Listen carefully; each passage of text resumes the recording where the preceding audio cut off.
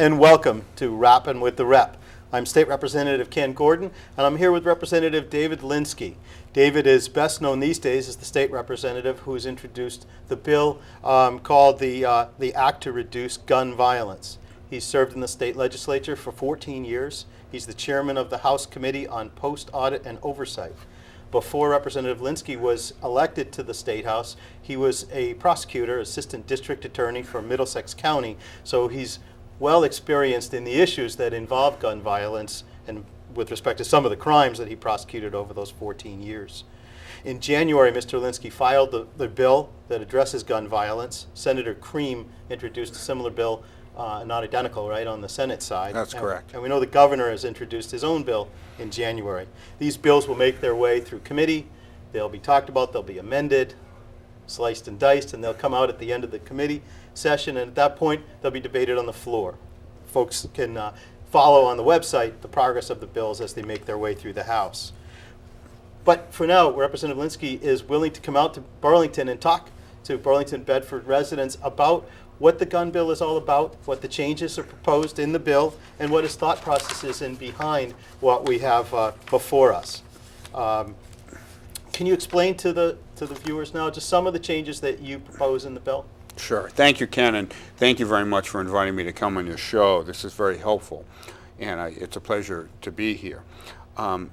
We have a problem in the United States, and that problem is that we lose 32,000 people a year to gun violence, and I want to put that into perspective.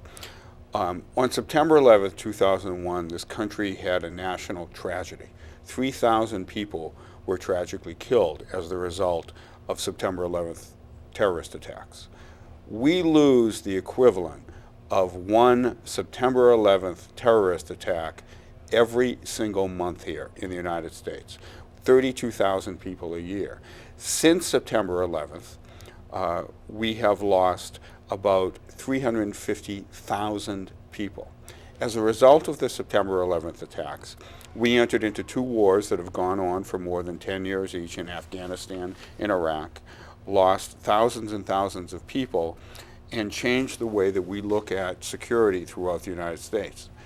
And yet, we lose that many people every single month as the result of gun violence, and it continues. Last December 14th, this nation saw an unspeakable tragedy at Newtown at Sandy Hook Elementary School when we lost 20 first graders. But since that time, we've lost almost 2,000 more people as a result of gun violence. This has to stop. The American people are demanding action that we stop this gun violence. So that's why I'm doing this. This isn't anything new, though, for me, Ken. I've worked on the issues of gun violence for 30 years, literally since I was a freshman in college when I became interested in it. I served, as you noted, for 14 years as an assistant district attorney in Middlesex County, and I literally stood over dead bodies. And I know what gun violence can do to a family, to a community. It rips them apart. And I'm committed to making sure that we cut down on gun violence. No other country in the world has the rate of gun violence that we have here in the United States. And I think that we, as legislators, our first obligation is to help protect the public. And this is both a public safety crisis and a public health crisis. And I'm committed to doing whatever I can possibly do. What do you say to people that have said that, well, this is a response to what happened in Newtown, Connecticut? Can it be too soon to address these gun violence issues? No, it's too late, quite frankly. As I said, since Newtown, we've lost almost 2,000 people. I've been working on this issue for 30 years. And I sense, though, that the American people have undergone a cultural shift since Newtown. It doesn't get any worse than 20 first graders getting gunned down in their own elementary school. It doesn't get any worse than that. And I know that the American people are sick and tired of this type of gun violence, and they're demanding action. Well, I mean, I can't imagine you think about the last time that we've had a great amount of time between gun violence tragedies. So to make the argument that, well, we need to let things calm down. Well, then what happens the next time when there's another tragedy? Right. Columbine and this and Aurora, Aurora, and right. Arizona. It keeps on happening. But the reality is that every single day we lose 83 people in this country to gun violence, and 8 or 9 of them are usually children. No other country has a rate like that, and we should not be putting up with it. So let's talk about some of the specifics in your bill.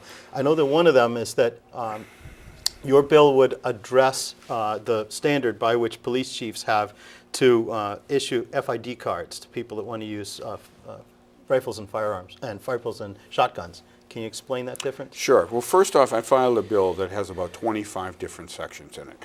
Each one of them is part of a comprehensive package. There is not one single answer to reducing gun violence. Not one single piece of legislation will either cut it down significantly or eliminate it. So that what I've done is there are different aspects of my bill that each one can cut down on gun violence a little bit, and then when you add them all together, I think we can make a real dent in it. So this one that you bring up changes the standard of what's known as an FID card in Massachusetts. In Massachusetts, there are 3 different types of gun licenses that someone can get. There are what is called a license to carry A and a license to carry B. Those allow you to get a handgun, and in certain circumstances a large capacity rifle, and for a license to carry A, they allow you to carry it on your person if you want to. But there's also an FID card, and what an FID card does is that it gets you the right to have a rifle or a shotgun. Now that's really designed for hunters. But some people want just a rifle, just a shotgun, and they'll apply for that. Now, the difference is this from a police chief perspective. In Massachusetts, the police chief is the local licensing authority. They're the people who decide whether or not you get a gun permit or not. For a license to carry, they have to decide whether you are what's known as a suitable person. And they have a limited amount of discretion on whether or not to issue that license to carry. However, a police chief has no discretion whatsoever on whether or not to issue an FID card for someone unless that person is either a convicted felon, has been convicted of certain types of violent misdemeanors, or has been committed to a mental institution. If you're not a prohibited person under one of those 3 categories, you get the FID card, no questions asked. Here's the problem, and I want to illustrate it with an anecdote. A police chief in one of my neighboring communities, I live in Natick, had to issue an FID card to a woman that he knew was a delusional, paranoid schizophrenic. And the woman has frequent delusions, but she's never been committed to a mental institution. So he doesn't know whether or not, when he sends a police officer to her house, whether or not that woman is going to be in a delusional state of mind, and unfortunately, risking the lives and safety of the police officers who respond and everybody else. He had no discretion. He had to issue that. So my bill, at least as far as FID cards goes, would give the police chief a little bit of discretion, the same amount of discretion that he has on a license to carry A. You can do a lot of damage with a rifle or a shotgun, and I think that there are certain people, not many, but there are certain people who under the law shouldn't be entitled to get them. What if someone is denied that application and they think that they're aggrieved? Is there a place they can bring it? Right now they have a right to bring it to court and to file an action against the police chief, and the police chief would have to defend his actions, and it's done all the time right now. Okay, and that would carry forward into the new bill. Absolutely, and you should always have a right of appeal on this. Right. I spoke with Bob Bongiorno, the Bedford police chief, who echoes your concerns, and he said, there are houses where I know there are instances of domestic violence, and I know there's a gun in there because I've issued the FID card, and I have to because of those lower standards. That's right. So the police chiefs are asking for us, and I think we, as responsible legislators, at the very least, have to make that change. Now, we've talked about there's a loophole in the weapons that are allowed in Massachusetts, the semi-automatic weapons, and that would be pre-94. Right. Can you talk about that difference? Right. There's been a lot of talk nationally, obviously, about an assault weapons ban. And we had originally passed the Massachusetts version of the assault weapons ban based on the federal statute that expired in 2004.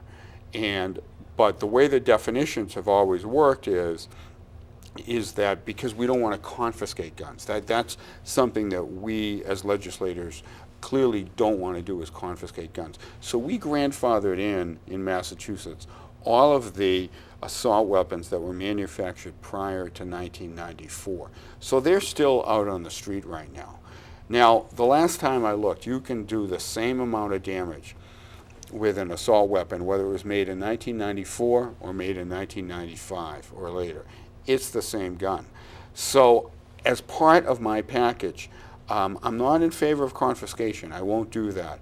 But I believe that if someone has a legal assault weapon that they're legally entitled to have under the law because they're grandfathered, that assault weapon should not be kept in your home. It should be kept in a locked facility at a licensed gun club or a sportsman's club where they have the appropriate storage facilities. Now, I realize that a lot of them don't have them right now, so I'm proposing a 1-year grandfather phase-in period for this so that they could have the appropriate type of storage.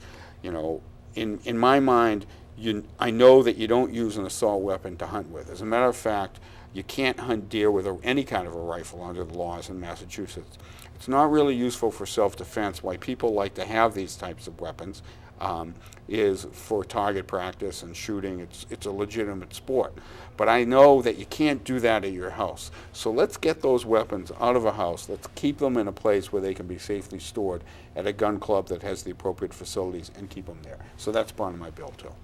What do you say to people that bring up the issue, well, you're going to pass new laws, and if you're a criminal, if you're an outlaw, in fact, if we outlaw guns, only outlaws will have guns. That's sort of the story that we've heard before.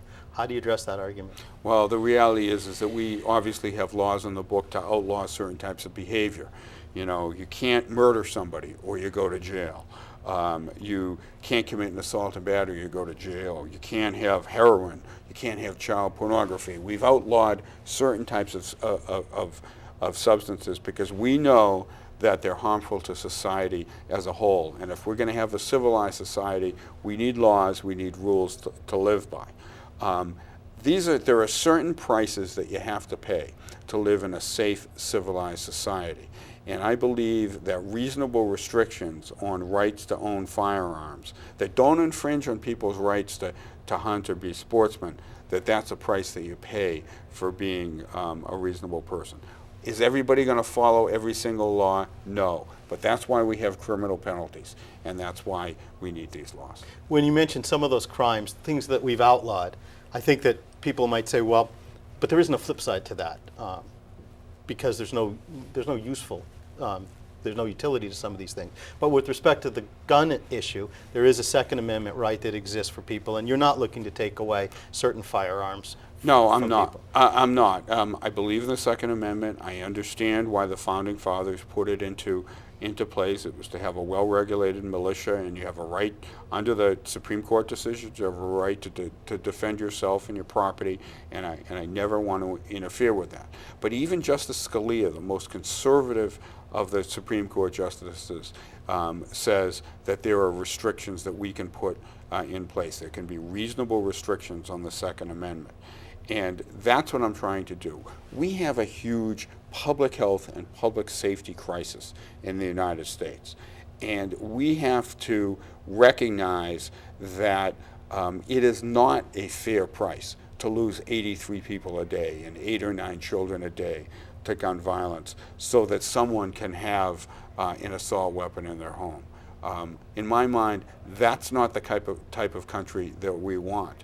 And so if the price, to save some lives is to put in reasonable restrictions on people's right to bear arms, then quite frankly, I think that the United States of America has reached that point and that the American people want those reasonable restrictions. It sounds like what you're saying is if we compare that to the drug laws in our country, we say, well, we outlaw crack cocaine, for example, but that doesn't mean we're outlawing painkillers in general. Right. Other drugs that have a utility are not part of that, and there's not exactly a slippery slope. People talk about that because one has nothing to do with the other, and I think, is it your argument that some of these weapons have nothing to do with the types of weapons that you're making less accessible? Absolutely. I don't want to inhibit somebody's right to be a hunter. I'm not talking about the rifles and shotguns that are commonly used for hunting. But what I am talking about are large capacity weapons that are civilian versions of weapons that were designed for military use that aren't used in hunting. And I'm talking about putting reasonable restrictions on handguns. I recognize that there are some people who want to have access to handguns for self-defense. And I believe that there are some people who should have that right. But I don't think we should have an unfettered right to handguns, and we shouldn't have an unfettered right to large capacity weapons. I think that we can find a balance here and have appropriate tests and appropriate restrictions on people's right to use these types of firearms that you don't use for hunting. Right. I've received a lot of emails in the past couple of months since this issue has come to the front, and I'm sure that the number you've received has dwarfed the number that I've received. But the most common deals with the magazine capacity in one of these large capacity weapons, and that this new bill would reduce the number from 10 to 7 in the magazine. Right. It's the governor who's proposed that that portion. The governor, Governor Patrick, has proposed a bill that would limit the maximum number of magazine capacity to 7. That's modeled after a bill that just became law in New York that Governor Cuomo just designed. My bill doesn't address that, although I'm not terribly opposed to the governor's idea. It's something that we're certainly going to look at. The idea here is, and the reason we have the current limit of 10 is that we don't want to make it easy for someone to be able to shoot up a large number of people at one time. And that a lot of the weapons that are sold today have what's known as a large capacity, whereby you can get a magazine, it can be 20, 30, it could be up to 50 in some cases, of rounds of ammunition that could be used at one time. The governor's saying 7, current law is 10. We'll certainly take a look at that. One of the proposals that is in your new bill deals with access to mental health records for the chiefs of police or for the licensing officials. Can you tell me how that will change? Yeah, right now in Massachusetts, the only disqualifier as far as mental health issues goes is if you have been involuntarily committed to a mental health facility. Very few people these days are involuntarily committed. And quite frankly, we know, like the example I gave a few minutes ago about the delusional paranoid schizophrenic who hadn't been committed, we know that there are certain people by reason of mental illness who shouldn't have access to firearms. So what I'm proposing is a bill that is modeled after the current law in Hawaii, whereby the licensing authority in Hawaii has a right to review your mental health records, to use it as a factor, not the determinative factor, but a factor in deciding whether or not you're a suitable person to get a firearm license. Is it a perfect idea? No, it isn't. But if there's anything that we can do to save a few lives, I think we should do it. And it's not just about intentional acts. It's not just about intentional shootings of the lives I'm trying to save. Out of those 32,000 deaths every single year, more than half of them are either accidental shootings or suicides. And if we can save some lives by weeding out people who shouldn't have access to firearms, then I think we have an obligation to take it. Is it important, do you think, to have access to the original, actually the actual mental health records, or is there a way to get the information, do you think, to the police chiefs without looking at the actual, for example, session reports and things like that? Yeah, the reality is that summaries of these records are already prepared for people's insurance companies. Most, mental health treatment in the state now, thankfully, is paid for by the insurance company. So your insurance company are already reviewing them, quite frankly. And so what I envision is a system where the police chiefs aren't actually the ones who are poring over someone's session notes. I don't see that happening.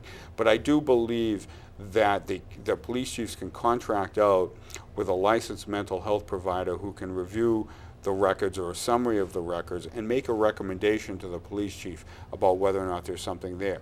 Now, incidentally, I also make it a crime to misuse those records if this were to become law. And then similarly, I would require that those records be destroyed right after a licensing decision is made. You brought up the insurance companies, and part of your proposal would be the requirement of liability insurance for some gun owners, or perhaps all. Right. Can you talk What about I'm that? proposing is a requirement that when you apply for a gun license, either a new or a renewal, that you show that you have a minimum amount of liability insurance. Now, the idea behind this has nothing to do with insuring somebody for shooting somebody else. That's not what it's about.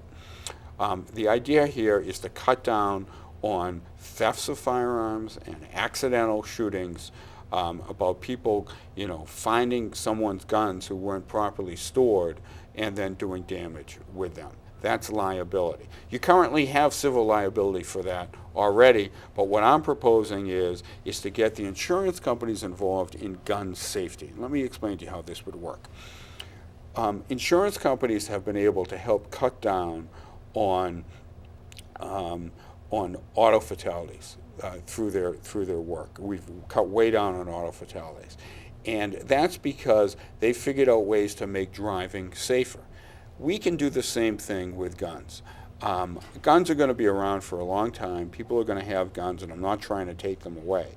But I do believe that through the marketplace, we could set different insurance rates for someone who has good storage facilities, who's taken advanced safety courses, who demonstrates a proficiency or a safe, responsible gun ownership, that they would pay a lower insurance rate rather than someone who doesn't possess those qualities, who might be more reckless with his or her guns. That way, we can encourage people through the marketplace, through the insurance rates, the same way we do with the car insurance and making people safe drivers. We can encourage responsible, safe gun ownership and good practices. Has there been contact made to the folks in the insurance industry to see if there's receptiveness to that? Yeah, as a matter of fact, there is. Any insurance company hates the idea of mandatory insurance of any kind. They don't even like mandatory auto insurance. But believe me, they're happy to sell it, once it's become law. I've spoken with representatives of a lot of insurance companies, and they'd be happy to offer the policy. Interestingly enough, this is an interesting point. The National Rifle Association, the NRA, actually gives their members, as a benefit of membership, a small insurance policy like this, and they sell expanded liability coverage for premiums to members. So this is nothing new, and quite frankly, I find it interesting that the NRA actually gives it to their members. Is this tested in another state? No state has mandatory insurance yet. Right now, about 10 other states, in addition to Massachusetts, are considering bills similar to mine. And for good reason. We're trying to make gun ownership safer. It's not about insuring against intentional acts. That's not what it's about. But it's about trying to make gun ownership just a little bit safer. Have you considered the Second Amendment implication of the... Yeah, I have. I think it's actually very similar to Obamacare, if you really think about it, whereby we have said that it is not unconstitutional. The Supreme Court has ruled, Justice Roberts wrote the opinion, that we can require people to have health insurance or pay a tax penalty. We can do the same type of thing as far as gun ownership goes. So what would happen if someone doesn't buy the liability insurance? They could either be fined, or we could make it a tax penalty the same way that we did with health insurance. Okay. What was interesting to me was in many of the emails that I received complaining about some of the new regulations, the proposed regulations, I should say, there were many that voiced favor for the joining the national instant background check, increasing background checks. Have you received that same response? Yeah, absolutely. Let me tell you something. Right now, under federal law, they've set up this national instant background check system. And Massachusetts is one of only 7 states, believe it or not, that isn't part of this national check because of a conflict in Massachusetts privacy laws relating to mental health records. All this is that when you go buy a gun, the national system will check and see whether or not you've ever been committed to a mental institution. And if you have, you become a prohibited person.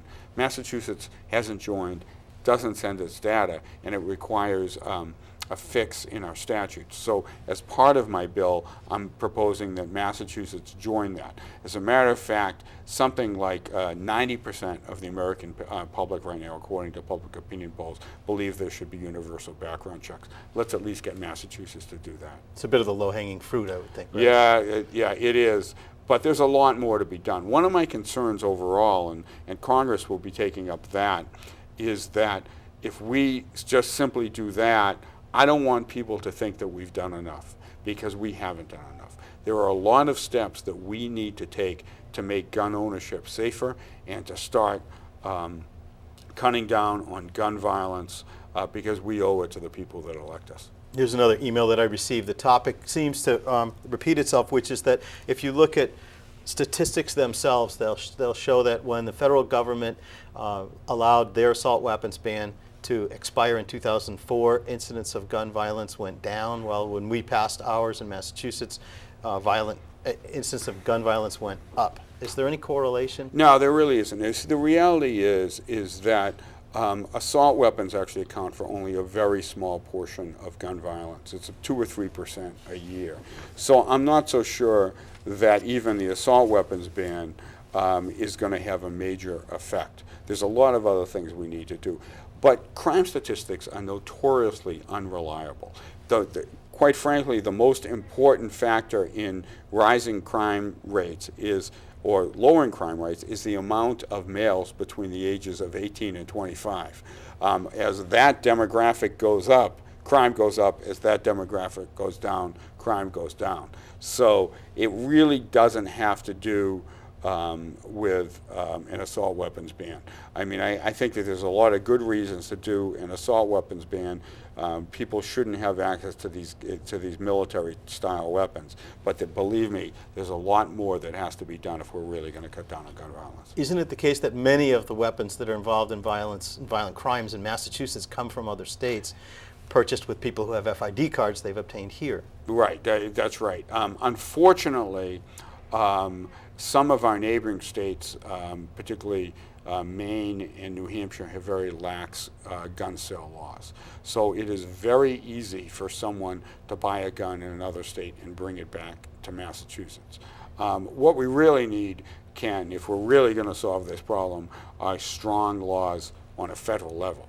But I'm trying to do as much as I possibly can here in Massachusetts to try to cut down on gun violence. So if we don't get those laws passed on the federal level, should we lessen ours and go with the flow, or should we lead the charge? No, we have to lead the charge. I think that we have good laws in Massachusetts right now, but I know that there are a lot of places where they can be strengthened. There are a lot of loopholes, and if we can save one life as the result of stricter gun laws, then I think we have an obligation to do it. I think we have time for one more question, and the one that I'd like to really ask you is that when I've asked people about these high-capacity weapons, and I've said, what really is the need for that? The answer I get back is the Constitution guarantees the citizen's ability to stand up against a standing army, which could become the army of a tyrannical government. Have you encountered that argument, and what do you say to that? That's treasonous, I think, because the way that we change our government in the United States is called an election. And we hold elections every 2 years, every 4 years, every year on a local basis. And that's how we should be changing our government. We aren't the country that we were in 1775. And quite frankly, I don't think it's the place of the average citizen to try to overthrow the United States Army. Yeah, I wonder who gets to define what treason is and who gets to define what orderly government would be. That's why we have a ballot box. That's why we have elections. Right. Well, thank you very much for coming on to our show. Thank it's you, been Kenneth. an interesting discussion. I know we've gotten a lot out of it. Our next show will deal with the topic of transportation in Massachusetts. Hope you tune in for that. My name is Kenneth Gordon, and this is Representative David Linsky. Thank you very much for viewing, and we look forward to seeing you the next time on Rap with the Rep. Thank you. Thank you, Ken.